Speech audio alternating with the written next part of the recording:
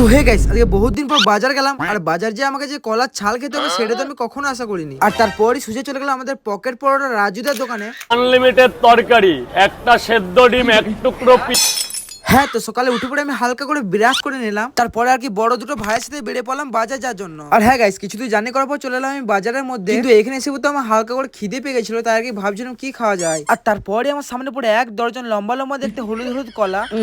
কলার সাইডে দেখছো ঠিক কি করে? আরে না না কিছু না। আর সত্যি বলতে গাইস, আমি কোনোদিনও কলার ছালটা ছিলে খাই না, আর সে কারণে আমার বড় ভাই করে দেখে অবাক হয়ে গিয়েছিল। আই এম তো অবাক কি করে। হ্যাঁ গাইস, আমরা তো দোকানে এরকম মোবাইল ওপেনিং দেখেছি, কিন্তু কোনোদিন কি কলার ওপেনিংটা দেখেছো কি করে? এমন ভাবে খাচ্ছে মনে হচ্ছে 7 জন্মে কোনোদিন কলা খাইনি হয়তো। যেহেতু গাইস পয়সা দিয়ে কেনা ছিল কলা, তার আগে কলার ছালটা শুধু ছাড়িনি।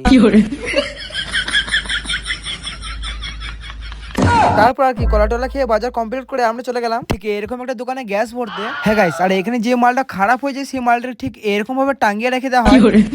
আর গাইস সন্ধ্যেতে বাড়ি এসে দেখি শালা আমাদের জন্য কোনো খাবার দাবারের আয়োজন করা নাই। তাই আর কি আমি মিস্ত্রিকে বললাম, মিস্ত্রি ও মিস্ত্রি, হ্যাঁ বল। আজকে বিরিয়ানি করো। শালা একসাথে থেকে কাজ না বিরিয়ানি খাবার পালা শালা। শালা এত বড় অপমান!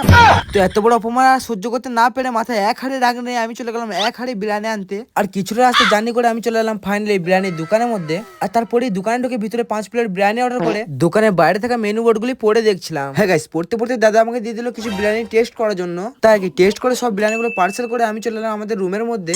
তো আবার কি, আমি খাই বিরিয়ানি, তোমার ভিডিও করে লাইক আর চ্যানেলটি করে সাবস্ক্রাইব। দেখা হচ্ছে তোমাদের সাথে আবার নেক্সট ভিডিওতে। বাই। সেই স্বাদ।